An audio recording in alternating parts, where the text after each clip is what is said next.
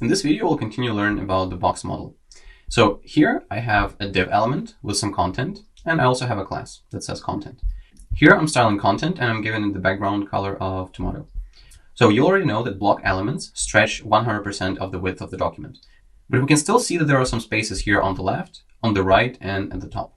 Let's figure out what they are. So let's hit F12. Let's go to Chrome Developer Tools.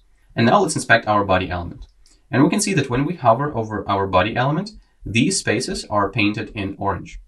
Now here in the Styles panel, I can see this picture as well as some dimensions. So here in the middle, I have my document and I can see its width and height. It is 553 pixels wide and 18 pixels tall. After that, I have padding, which is not set at the moment. I have border. It is not set at the moment either. And then I have margin. And you can see that when I hover over margin, this space that we're talking about around the element is painted in orange. And this is exactly what margin is. A margin is the space around our element. And at the moment, it is 8. And we can see that this margin is coming from the body element style. But you can also notice that we did not style our body element. And the reason why we have this margin is because it is set by default by your browser. Okay, so let's try and change this default behavior. So here, I want to create a set of styles for our body. And let's say margin, let's say 15 pixels. Let's hit enter. And we can see that now our margin is 15 pixels. Okay. Okay, now let's talk about our border. So if we want to add a border, we just write border 1 pixel.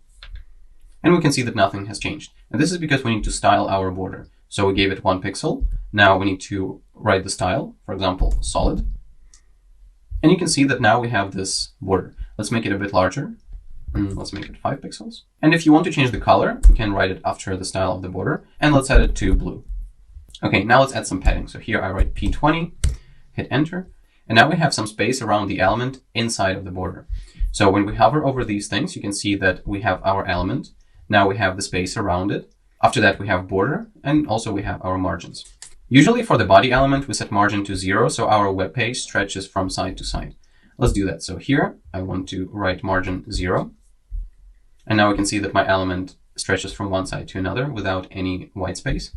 Now we have border around our body element, but I only want it around my content block. So I cut border from here, and I paste it here.